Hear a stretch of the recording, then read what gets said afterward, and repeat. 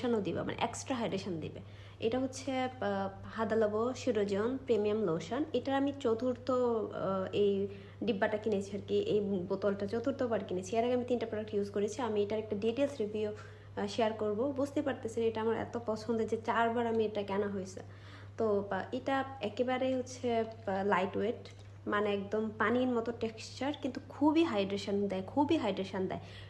Normal যে টাইপের টোনারগুলো থাকে ওইটা থেকে অনেক বেশি হাইড্রেশন এটার মধ্যে দেয়। এটা তিনটা ভার্সন আছে, একটা হচ্ছে সিরাম, একটা হচ্ছে টোনার ভার্সন মানে এরকম পানি টাইপের, আর একটা হচ্ছে মিল্কি ভার্সন।